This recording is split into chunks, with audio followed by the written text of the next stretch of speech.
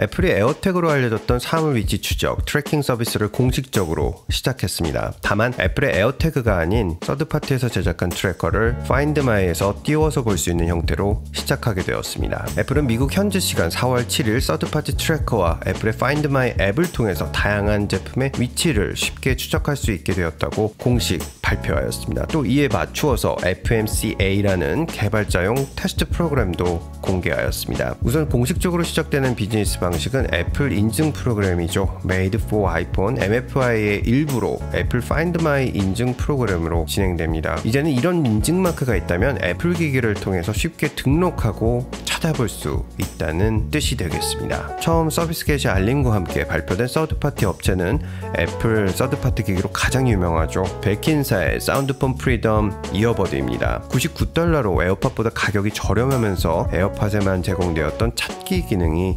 들어갔습니다.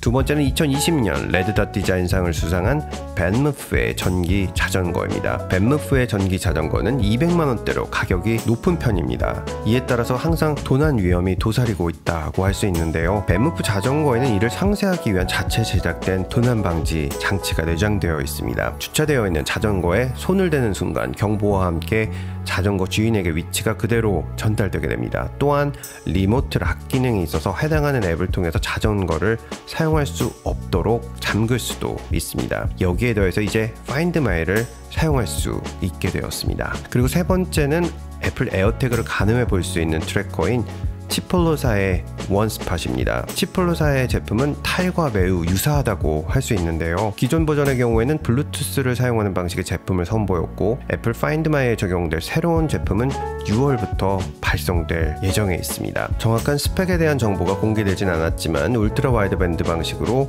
출시될 것으로 보입니다. 기존 제품인 원의 경우에는 가격이 개당 $25였던 것으로 미루어 보아서 신형 제품도 이에 근접한 $30 정도가 될 것으로 보입니다. 자, 여기에서 가장 중요한 사실은 애플은 왜 자사의 에어태그를 먼저 출시하지 않고 타사의 트래커를 먼저 개방해 주었을까? 라는 점입니다. 앞선 영상에서도 간단히 설명을 드렸었지만 다시 정리해서 말씀을 드리도록 하겠습니다. Find My는 맥, 아이패드, 아이폰에서 사용할 수 있는 앱으로 기존에는 등록된 애플 제품들만 위치 추적이 가능했었습니다. 하지만 iOS 13 개발자 버전에서 Find My의 다양한 제품들을 등록할 수 있는 이미지가 발견되면서 애플이 트래커 비즈니스를 준비하는 것으로 알려졌고 2019년 애플이 에어태그 상표권을 취득하면서 더욱 가시화되었습니다. 하지만 2020년 이미 트래킹 네트워크와 트래커로 이미 자리를 잡았던 타일이 사상 처음으로 진행된 빅테크 청문회에서 애플이 이 서비스를 위해서 자사의 서비스를 앱스토어에서 없앴다고 주장하였는데 이에 대해서 팀쿡은 타일은 애플 규정에 맞지 않는 부분에 대해서 수차례 수정 요구와 면담을 요청하였지만 일방적으로 묵살하고 이렇게 주장하였다고 답변하였고 또 우리는 아직 실제로 그런 서비스를 진행하지 않고 있다고 답변하였습니다.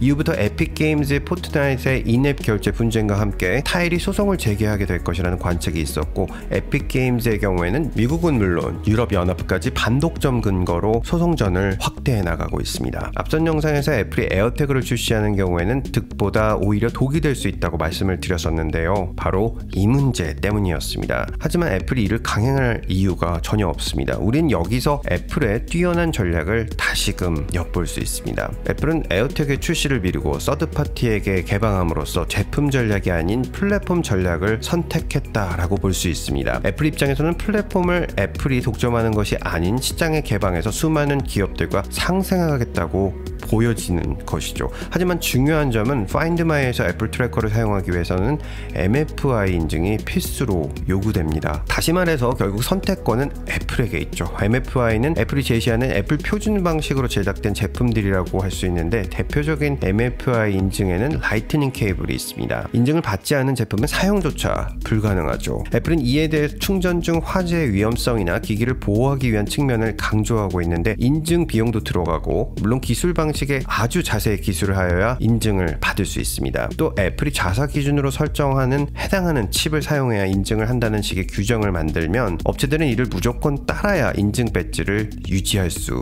있는 것입니다. 케이블은 화재의 위험으로부터 소비자를 보호한다는 명분이 MFI가 애플 텍스로 불리는 점을 상쇄해 줄 수 있었는데요. 이번에는 어떤 명분을 보여줄지도 무척 궁금합니다. 하지만 이것은 시작에 불과합니다. 자, 여기서 오해하시면 안 되는 점은 제가 말씀드리는 점은 애플이 잘하고 있다, 못하고 있다가 아니라 애플의 숨겨진 전략을 함께 들여다보자는 점입니다. 애플이 이 플랫폼을 개방함으로써 새로운 시장의 기회를 서드파티에게 제공합니다. 이렇게 되면 애플로서는 우선 타일과의 분쟁을 피할 수 있게 됩니다. 초기에는 얼리 어댑터들은 서드파티 제품을 사용해 보겠지만 결국 매스마켓은 애플의 제품을 구매하게 될 것입니다. 쉽게 생각해보면 시장에는 MFI 인증을 받은 수많은 무선 이어폰들이 있지만 사람들은 절대적으로 애플의 에어팟을 선호합니다. MFI가 필요 없는 스마트폰 케이스도 마찬가지죠. 애플이라는 브랜드에서 주는 프리미엄이 있기 때문입니다. 비싸도 구매를 하는 경향이 아주 높습니다. 애플도 이를 잘 알고 있죠. 또 무엇보다 애플로서는 이 플랫폼을 절대로 놓치면 안 되는 이유가 있습니다. 바로 AR, VR과 연동되기 때문입니다. 타사 트래커는 트래킹만 될 수 있겠지만 애플은 이미 에어태그에 관한 특허를 출원할 때 아바타를 조정할 수 있는 기술 등과 같이 다양한 사용 목적을 추가하였습니다. 이는 마치 아이폰에서 타사의 무선 이어폰 사용은 가능하게 해주지만 에어팟처럼 기기간 자동 변환과 같은 기능에 대해서 소스를 열어주지 않는 것처럼 차별화에 있어서 플랫폼 오너 프리미엄으로 설계가 되었다고 할 수 있습니다.